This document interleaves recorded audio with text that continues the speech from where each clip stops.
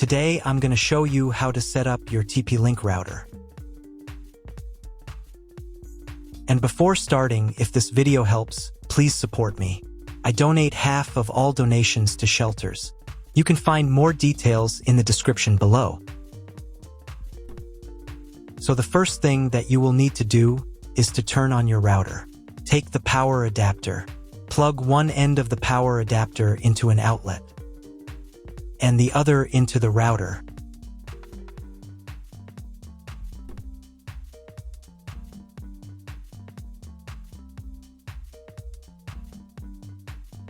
When the router is turned on, the power indicator will be lit. It may take a few minutes for it to completely turn on.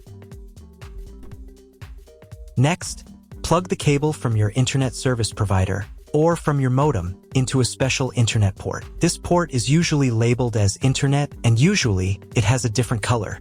Each cable should be inserted until it snaps into place. Now you need to restore the router to its factory settings. Hold down the reset button on the router for 10 seconds. Wait until the indicator lights on the router start flashing. Sometimes this button is located inside the router casing to avoid accidental pressing. In this case, use a thin object to press on it.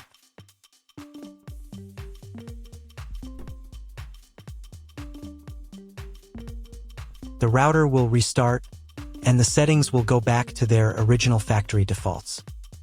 Plug one end of the Ethernet cable provided with the router into one of the LAN ports.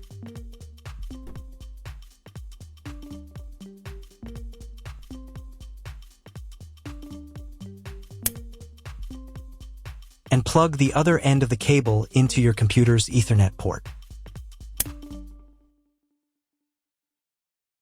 Wait a few minutes for connection. Great, we've connected the router to your computer. Now you will need to set it up. But first, let me show you another way to connect the router if you do not have an Ethernet cable or your computer does not have an Ethernet port. Connect the router to the power adapter and cable from your internet provider. This will enable Wi-Fi. If your router is new and hasn't been set up, your Wi-Fi network will be named after the router. Your router has a unique Wi-Fi network name and password printed on a sticker. Connect to it. Great, you've connected to the router. Now let's start setting it up.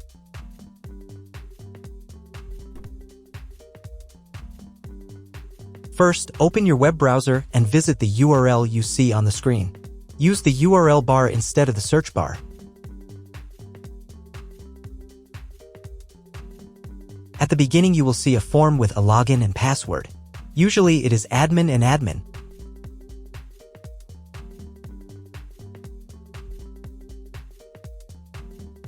If these credentials are wrong, then find label on your router. The credentials are often printed on the bottom of the device.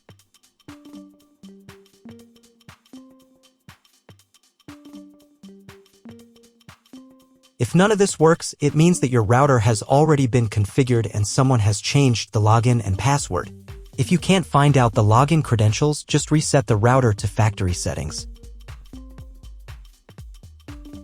And then log into the router's personal cabinet using the standard credentials. If your router settings do not look like mine, it means that your router has a different firmware. I made a video for every firmware type. You can find all the links in the description down below. I want to warn you right away that there are many firmware versions and they may differ slightly. But don't worry, you will succeed, just watch the video and follow the instructions. At first, you need to set a password for the router's admin panel.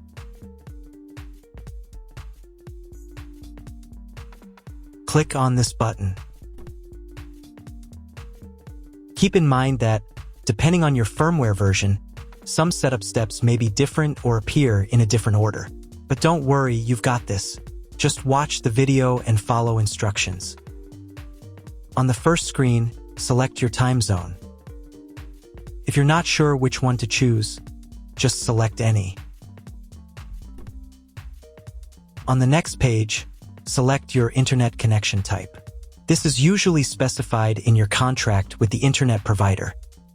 If you don't know, try clicking on this button for auto detection. The router will attempt to determine the connection type automatically. If detection fails, select Dynamic IP. Depending on the type of connection you selected, the next page might look different from mine. If you chose Dynamic IP, you'll need to select one of the options shown. If your internet provider allows internet access only for a specific MAC address, you'll need to clone the MAC address of your primary computer. If you're not sure, just select Use Default MAC Address. In most cases, cloning the MAC address isn't necessary. But if you don't get internet access after the quick setup, repeat the setup and try cloning the MAC address. On the next page, set a name and password for your future Wi-Fi network. You'll see one or more available Wi-Fi bands for your router. If there are several, enable them all and set a name and password for each network. When you write the credentials, click the Next button.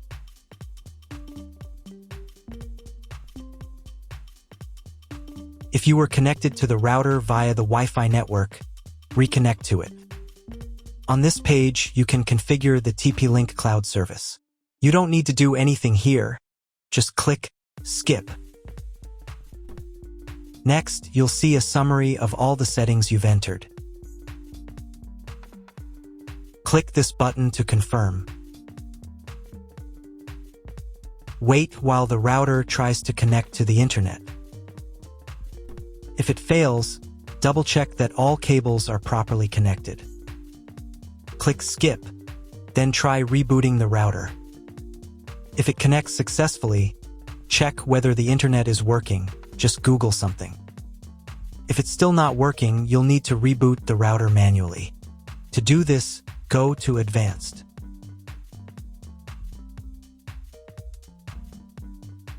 Then select System.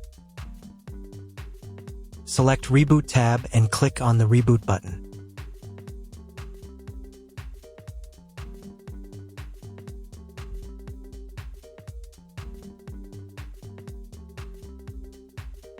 Then check whether the internet is working.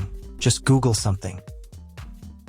If the internet still doesn't appear, log back into the router's admin panel using the password you created at the start. Go to the internet and then clone MAC address.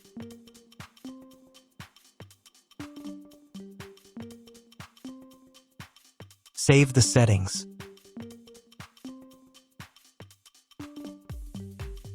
Reboot your router again.